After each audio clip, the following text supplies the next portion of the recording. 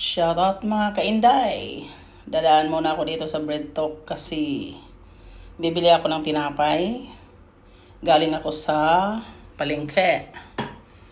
Dahil ako ay medyo nagutom. At si Lolo rin bilhan ko para fresh ang tinapay niya. Kaya dumaan ako dito sa Bread Talk. At ako ay mamimili ng aking bibilhin na tinapay.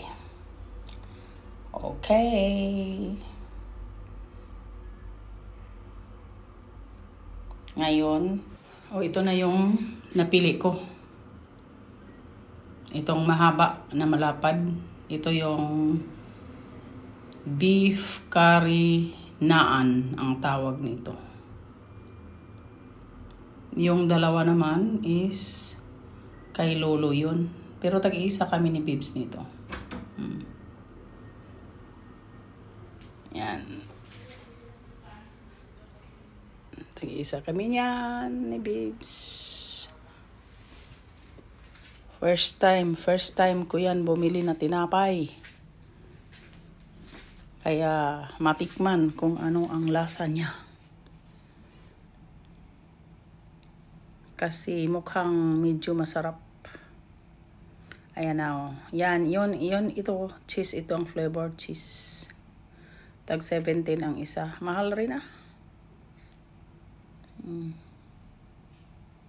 17 ang isa nito. Kaya marami kang mapilian kung alin ang gusto mo.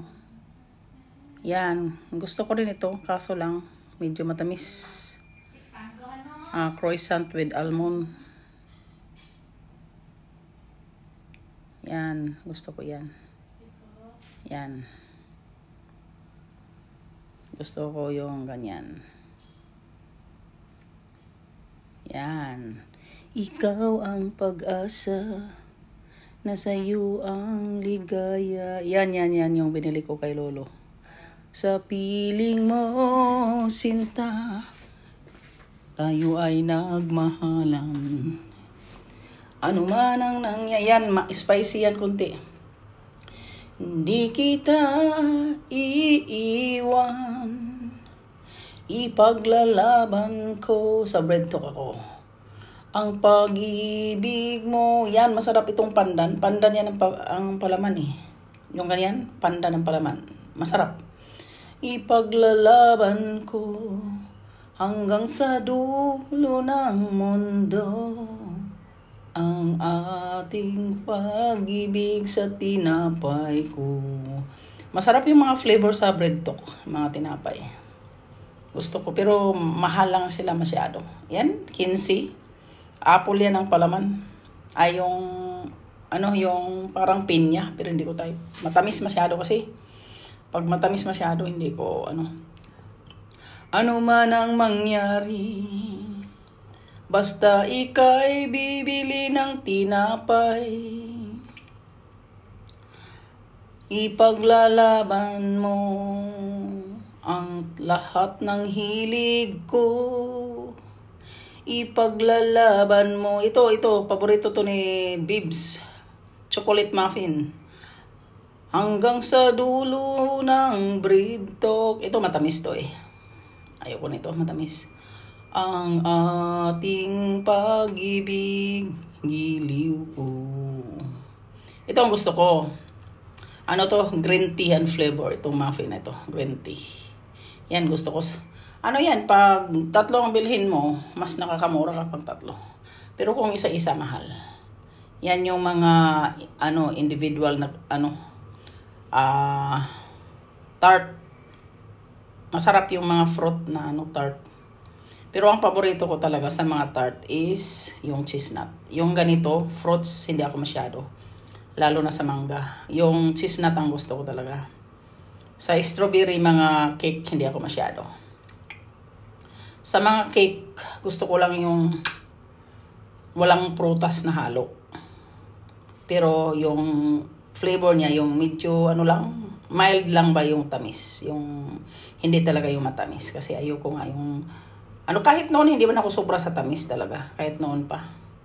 Ito, paborito ni Bibs. Yung donut nila. Paborito yan ni Bibs. Kaso lang, ang donut masarap, pero matamis nga. Pwede namang kumain basta hindi lagi.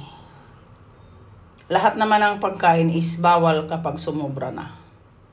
Kahit may asukal ka or wala, or may issue ka sa sugar mo kahit wala, basta sobra na ang sukat ng kinain mo, iyon ay nakakasama. At ngayon ako'y kakain na. At ipapakita ko na sa inyo kung gaano kahaba yan. Ayan, pero yan pa, ang tamang kain yan is iro-roll mo yan. Para yung palaman niya, maano mo talaga. Kailangan i-roll mo yun. Pero pinakita ko lang sa inyo kung ano ang forma niyan eh. Ayan ngayon, niro-roll ko na. Para talaga maanuhan mo yung ano niya, yung palaman niya. Makain mo, ma-feel mo. Ganyan. Yan. Pero masarap siya. Gusto ko yung mga ganyang tinapay. Yan ang mga pagkain sa mga taga Middle East. Yung ganito, na pagkagawa na tinapay. Ganito sila eh. Pero nasasarapan ako eh. Masarap siya na pagkagawa ng bread. Hindi yung gusto ko kasi yung parang maunat, yung medyo parang parang rubber konti, parang gummy ba, konti. Gusto ko yung ganong klaseng pagkaluto ng tinapay. Kasi gusto ko yung ninunguya ko. Ayoko yung pag ng laway ay natutunaw agad yung tinapay. Kaya nga first time ko to na-try. Kaya sabi ko gusto ko to kasi lagi ko nakikita. Sabi ko matry ko nga yung ganong tinapay. Masarap pala. Beef ang beef curry ito ang flavor. Masarap. Ang isa naman yan is 17. Mahal dito sa Bread Talk, guys. Mahal pero masarap naman. Ma-satisfied ka naman sa presyo niya. Kaya okay lang. Okay, nandyan si Lolo.